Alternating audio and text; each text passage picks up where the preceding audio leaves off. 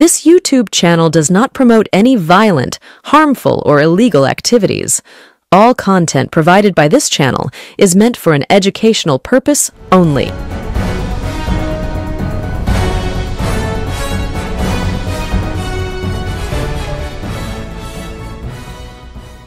বিভিন্ন সময় বিভিন্ন রাজনৈতিক যে আলোচনাগুলো হয় বিভিন্ন টিভির চ্যানেলের পর্দায়, সেখানে দেখবেন সিপিএম সমর্থক হিসাবে যারা আসে বা সিপিএম নেতৃত্ব হিসাবে যারা আসে, সিপিএম এর প্রতিনিধিত্ব করতে যারা আসে, তারা বারে বারে কলেজ নির্বাচনের কথা তুলে তৃণমূল কংগ্রেস পরিচালিত পশ্চিমবঙ্গ সরকারকে দোষ দেয়, অভিযোগ জানায় যে কেন কলেজগুলোতে নির্বাচন হচ্ছে না। কলেজগুলোয় নির্বাচন না হওয়ায় সিপিএম এমন একটা ভাব দেখায় যে কলেজের নির্বাচন হলেই হয়তো তারা কলেজের ছাত্র সংসদগুলোতে বিপুল পরিমাণে জয়ী হবে।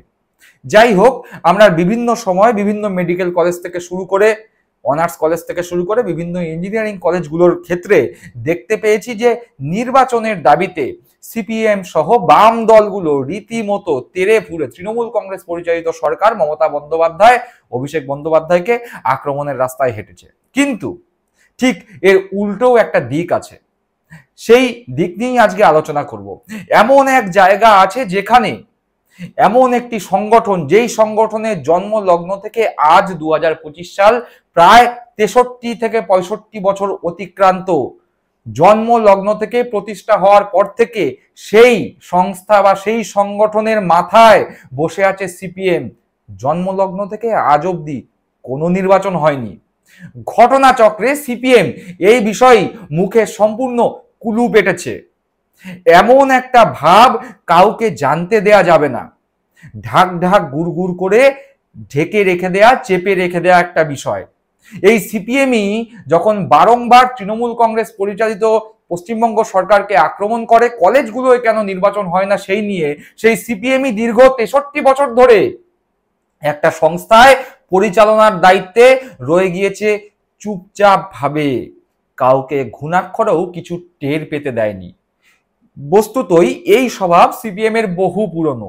বিভিন্ন সময় কংগ্রেস, তৃণমূল কংগ্রেস কর্মীদের ওপর অত্যাচার, নৃশংস অত্যাচার তারা করে এসছে, কিন্তু ঘটনাচক্রে সে সমস্ত কথা ওই পাড়ার বাইরে বা গলির বাইরে বেরোয়নি।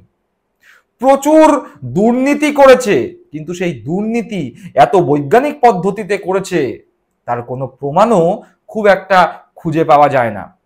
ঠিক সেই রকম ভাবেই এই সংগঠনও 63 বছর ধরে কোন রকম নির্বাচন না করে টিকে আছে সিপিএম, যদিও এবার সেই ঘুঘুর বাসা ভেঙে ছারখার হয়ে গিয়েছে। সেই নিয়ে আজকে আমাদের পর্ব। আপনারা দেখছেন বঙ্গচক্ষু ইউটিউব চ্যানেল, আমি প্রতিবেদক সায়ন্তন চক্রবর্তী। যারা প্রথমবারের জন্য এই চ্যানেলে এসেছেন তাদের কাছে অনুরোধ করবো চ্যানেলটিকে সাবস্ক্রাইব করে পাশে থাকা বেল বাটনটি প্রেস করে দেবেন, যাতে যখনই নতুন কোনো ভিডিও এই চ্যানেলে আসবে সরাসরি সেই নোটিফিকেশন পৌঁছে যাবে আপনাদের কাছে। চলুন আজকের পর্বে প্রবেশ করি। ঘটনাটি এই পশ্চিমবঙ্গের কলকাতা থেকে খুব বেশি দূরে নয়, হুগলি জেলার একটি ঘটনা। সেখানে রয়েছে একটি বিখ্যাত জায়গা কোন্নগর। সেই কোন্নগরের নবগ্রাম সমবায় ব্যাংক। সেই সমবায় ব্যাংক আজ থেকে প্রায় 63 বছর আগে প্রতিষ্ঠিত হয়েছিল। ঘটনাচক্রে সেই প্রতিষ্ঠা লগ্ন থেকে আজ পর্যন্ত সেই সমবায় ব্যাংকের ক্ষমতা দখল করে বসেছিল সিপিএম। চুপচাপ ভাবে ছিল, ঘুণাক্ষরেও টের পেতে দেয়নি কাউকে। এমনই সুকৌশলে তারা ব্যাংক পরিচালনা করছিলেন যে এই 63 বছরে হয়নি কোনো নির্বাচন। কোনো বিরোধী দল, সে সিপিএম বাদ দিয়ে তৃণমূল, কংগ্রেস, বিজেপি, যেই দলই আসুক না কেন, সেই দলও কখনোই এই সিপিএম এর বিরুদ্ধে প্রতিদ্বন্দ্বিতা করবার সুযোগও পায়নি। এই 63 বছর ধরে সিপিএম প্রায় ওই 34 বছর যেরকম জগদ্দল পাথর হয়ে সিপিএম পশ্চিমবঙ্গের মসনদে বসেছিল, সেরকম ভাবে এই 63 বছর ধরে সিপিএম এই সমবায় ব্যাংকের মাথায় বসেছিল। ভেবেছিল আজীবন এই ব্যাংকের ক্ষমতা তারা দখল করে যাবে, কিন্তু তাদের সেই স্বপ্ন ভঙ্গ হয়েছে, সেই গুড়ে বালি পড়েছে। সে নিয়েই তো কথা আজকে বলবো, কিন্তু তার আগে আপনাদের জানিয়ে রাখি বঙ্গচক্ষুর পাশাপাশি সত্যিটা কি বলে আমাদের একটা ইউটিউব চ্যানেল ইতিমধ্যে ইউটিউবে চলে এসেছে, যেই চ্যানেলে প্রথম ভিডিও আসছে আগামী রথযাত্রার পূর্ণ দিনে সন্ধ্যা 7 ঘটিকায়। সেই চ্যানেলেই থাকবে এমন অনেক বিষয়, যেই সমস্ত বিষয়ের সত্যিটা কি সেগুলো আমাদের জানা প্রয়োজন। তাই আপনাদের সকলকে অনুরোধ করব, ইউটিউবে গিয়ে @SOTYITAKI লিখে সার্চ করে সত্যিটা কি চ্যানেলটিকে সাবস্ক্রাইব করে বেল বাটনটি প্রেস করে রাখবেন। চলুন আজকে যেই বিষয়টি নিয়ে আলোচনা করছি সেই বিষয়ে আনন্দবাজার পত্রিকা অনলাইনে প্রকাশিত একটি খবর অনুযায়ী কি বলা হচ্ছে সেটির দিকে নজর রাখা যাক। সেখানে বলছে, আজ থেকে 63 বছর আগে কোন্নগর নবগ্রাম সমবায় ব্যাংক প্রতিষ্ঠিত হয়েছিল। তারপর থেকে এই সমবায় ব্যাংকে কখনো নির্বাচন হয়নি। 2500-এর বেশি সদস্য ভোটার রয়েছে এই সমবায়ে। রবিবার সেখানে প্রথমবার নির্বাচন হয়, ফলে স্বাভাবিকভাবেই নির্বাচনকে ঘিরে বেশ উত্তেজনা ছিল। অর্থাৎ আজ থেকে 63 বছর আগে যেই সমবায় ব্যাংক তৈরি হয়েছিল সেই সমবায় ব্যাংকে কোনোদিনও নির্বাচন হয়নি।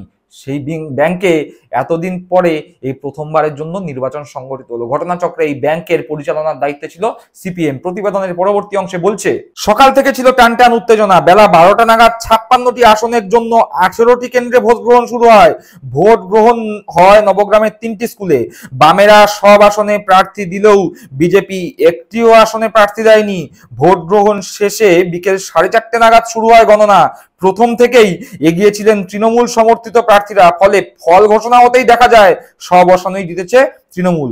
অর্থাৎ এই যে সমবায় ব্যাংক, সেখানে প্রায় 2500-এর ওপর ভোটার রয়েছে, সেখানে 56টি আসনে ভোট হয়েছে, 18টি কেন্দ্রে ভোট হয়েছে, 3টি স্কুলে ভোট হয়েছে। সেই ভোটের ফলাফল যখন বেরোয় তখন দেখা যায় প্রথমবার এই সমবায় ব্যাংকে নির্বাচন সংগঠিত হওয়ার পরেই তৃণমূল কংগ্রেস এই যত সময় এগিয়েছে তত বেশি তৃণমূল কংগ্রেসের প্রার্থীরা জয়ী হয়েছে। ঘটনাচক্রে শুধুমাত্র বামেরা প্রতিদ্বন্দ্বিতা করেছিল এবং আমরা যে বারবার বলি সিপিএম এর সঙ্গে বিজেপির একটি গোপন আঁতাত আছে, সেই আঁতাতের সঙ্গে তাল মিলিয়ে বিজেপি কিন্তু কোন রকম প্রার্থী দেয়নি। ফলে তৃণমূল বিরোধী ভোট ভাগ হয়ে যাওয়ার কোনো সম্ভাবনা এই সমবায় ব্যাংকের নির্বাচনে দেখা যায়নি। ফলে তৃণমূল বিরোধী ভোট সম্পূর্ণটাই বামেদের খাতায় অর্থাৎ সিপিএম এর খাতায় গেছে। কিন্তু তারপরেও দেখা গেছে তৃণমূল কংগ্রেসের সমস্ত প্রার্থীরা এই সমবায় ব্যাংকের নির্বাচনে জয়ী হয়েছে। কোন্নগরের নবগ্রাম সমবায় ব্যাংক, সেই ব্যাংকের 56টি আসনে তৃণমূল কংগ্রেসের প্রার্থীরা হই হই করে জয়ী হয়েছে। 2026 বিধানসভা নির্বাচনের আগে এই জয় তৃণমূলকে হুগলি জেলার বুকে যথেষ্ট পরিমাণ বাড়তি অক্সিজেন দেবেন বলেই রাজনৈতিক মহলের ধারণা। এই প্রতিবেদনের পরবর্তী অংশে বলছে, নবগ্রাম তৃণমূল অঞ্চলের সভাপতি অপূর্ব মুখোপাধ্যায় বলেন, 63 বছর আগে এই ব্যাংক প্রতিষ্ঠিত হয়েছিল, অথচ এত বছর ধরে এই ব্যাংকে কোনো নির্বাচন হয়নি। তৃণমূল প্রথম নির্বাচন করালো। 56টি আসনের মধ্যে 56টিতেই আমরা জয়ী হয়েছি। সিপিএম নানা মিথ্যা অভিযোগ আনার চেষ্টা করেছে। ওরা বাইরে থেকে লোকজনও নিয়ে এসেছিল, কিন্তু পুলিশ প্রশাসনের তৎপরতায় কিচ্ছু করতে পারেনি। লোক দেখানোর জন্য ওরা রাস্তা অবরোধ করেছিল, কিন্তু ভোট সুষ্ঠু ও শান্তিপূর্ণভাবেই হয়েছে। অর্থাৎ সিপিএম এর একটা অপচেষ্টা ছিলই যে কোনো ভাবে এই ভোটটাকে যাতে ব্যাহত করা যায়, কিন্তু পুলিশ প্রশাসনের প্রচেষ্টায় ভোট শান্তিপূর্ণভাবে হয় এবং দেখা যায় 63 বছর যেই ব্যাংকের ক্ষমতা দখল করেছিল সিপিএম, কোন রকম নির্বাচন করতে দেয়নি। সেই জায়গায় তৃণমূল কংগ্রেস সরকার প্রথমবারের জন্য নির্বাচন করালো এবং তৃণমূল কংগ্রেস জয়ী হলো। যদিও সিপিএমরা বলেছিল যে তৃণমূল কংগ্রেস নাকি রিগিং করেছে, তৃণমূল কংগ্রেস নাকি ভোট লুট করেছে, কিন্তু বাস্তবের মাটিতে দেখা গেল যে 63 বছর ধরে জগদ্দল পাথরের মতো বামফ্রন্ট বা সিপিএম সমর্থিত প্রার্থীরা যেই ব্যাংকের মাথায় বসেছিল, ঘটনাচক্রে তাদের অপসারণ ঘটলো এবং 56টি আসনেই জয়লাভ করলো তৃণমূল কংগ্রেস সমর্থিত প্রার্থীরা। এক্ষেত্রে সব থেকে উল্লেখযোগ্য যে বিষয় সেটা হচ্ছে এখানে সিপিএম প্রার্থী দিলেও বিজেপি কিন্তু কোনো প্রার্থী দেয়নি। ফলে তৃণমূল বিরোধী ভোট ভাগ হওয়ার কোনো সম্ভাবনা এখানে ছিল না এবং তৃণমূল বিরোধী সমস্ত ভোট যে সিপিএমই পেয়েছে তা বলাই বাহুল্য।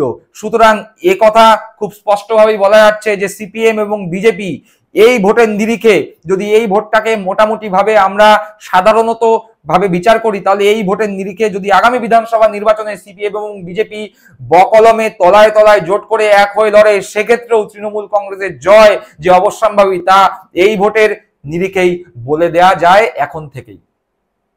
আজকে সিপিএম 63 বছর ধরে একটা সংস্থায় নির্বাচন করতে দেয়নি। 63 বছর ধরে জন্মলগ্ন থেকে একটি সংস্থার মাথায় বসেছিল।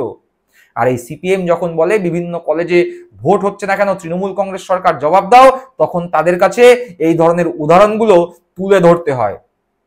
ফলতই সিপিএম এর মুখোশ এবং সিপিএম এর যে ক্ষমতায় থাকার ইচ্ছা, সেই দুটোই চূর্ণ বিচূর্ণ হয়ে গিয়েছে এই নবগ্রাম সমবায় ব্যাংকের নির্বাচনের মাধ্যমে।